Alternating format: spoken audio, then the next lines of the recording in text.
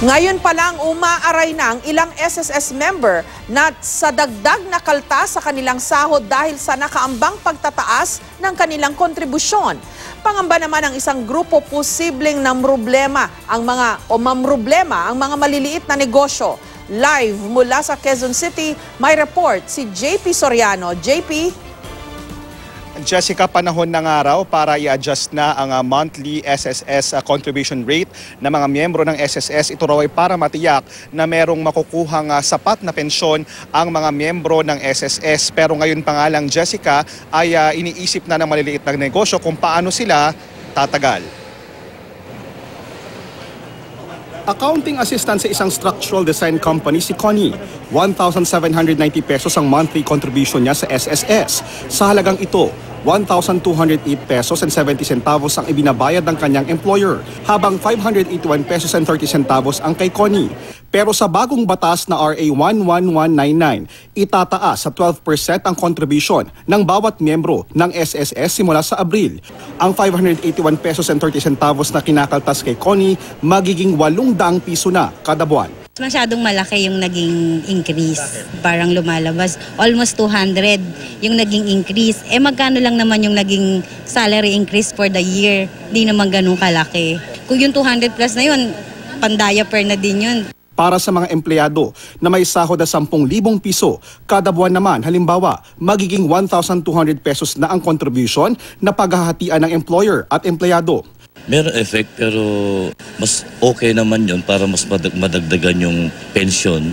Sa mga voluntary member, magiging 240 pesos na ang babayaran at sa mga kasambahay na sumasahod ng 5,000 piso, magiging 610 pesos na ang kontribusyon mula sa 560 pesos. Sa pagtaas ng kontribusyon, inaasahan na madaragdagan ng pension fund ng SSS na aabot sa 31 billion pesos. Ayon sa SSS, dahil sa pagpapatupad na ng bagong batas ay tatagal ang fund life o buhay ng pondo ng SSS hanggang taong 2045. Bagay na ayon sa mga miyembro ay sana'y mapakinabangan nila ng husto kapag sila ay nagretiro.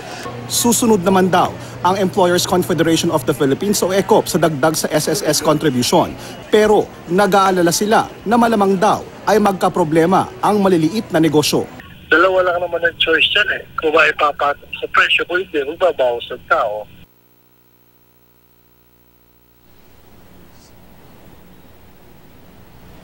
At Jessica, mula nga sa bukod nga sa pagtaas ng monthly salary or monthly salary contribution ng mga miyembro ng SSS ay in-adjust din ng SSS base doon sa bagong batas yung tinatawag na monthly salary credit mula sa minimum na 10,000 pesos, ito ay naging 20,000 pesos na. At target daw nga ng SSS na makapagdagdag ng 15% na gradual na increase pero uutay-utayin nila ang singil nito hanggang sa taong 2025. Jessica? JP, parang in principle, no, okay naman yung layunin nitong pagtataas na ito ng kontribusyon ng mga miyembro. Kaya lang may konti, I'm sure may question dyan dun sa naging mga business o investment decision kasi ng SSS in the past. Alam ko na question yan eh. Kasi pag i-compare mo sa GSIS, mukhang mas naging sound yung kanilang mga investments, kaya yung pondo ng GSIS mas maganda yung paglago compared to ang SSS na mukhang hindi ko na maalala kung naungkat na yan dati kung sound ba yung kanilang mga naging investment in the past. Tapos heto na naman sila, humihingi na naman sila ng dagdag na kontribusyon dahil gusto raw nilang mag-invest para tumaas ulit yung pondo nila para tumagal. Yun ang term na ginagamit nila. So ang tanong ngayon, anong kasiguruhan na tama na yung kanilang mga gagawing investment decisions from here on? Jessica, yan din ang tanong ng ilang mga nakausap nating mga miyembro na naabutan nating nagbabayad ng kanilang mga pensyon kanina o nag-aayos ng mga papeles. Bakit daw ipapasa yung kung nagkaroon nga ng mga di umano, mga maling desisyon sa mga investment ng SSS sa kanila.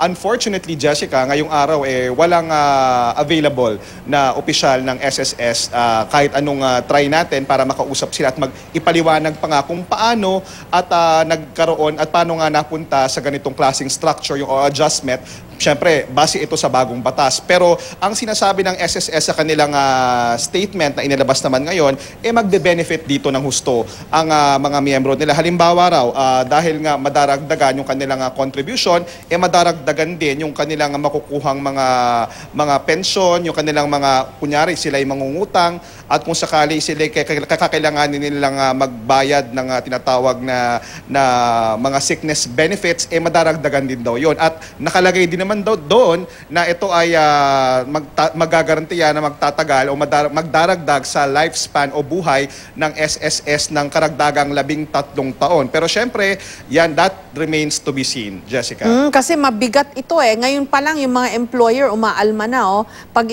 pagdadagdagan daw yung kontribusyon para sa mga employee, malamang syempre additional cost yun sa production ng mga manufacturer.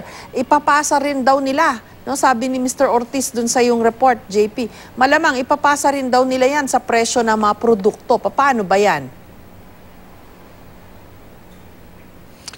Either ipasa sa mga produkto na ang in effect, dagdag gastos din naman sa mga mamimili na karamihan ay halos lahat din naman ay SSS members, or di kaya magbawas ng tao at worst ay magsara ang mga kumpanya. So meron din niyang epekto sa ating ekonomiya kung sakaling talagang ganun ang sitwasyon ng mga maliliit na negosyo. Yung mga small, medium and big enterprises daw mukhang walang problema dyan. Pero yung mga maliliit na negosyo na ngayon pala nag-uumpisa, yan ang sinasabi ng ECOP na tiyak daw maapektuhan.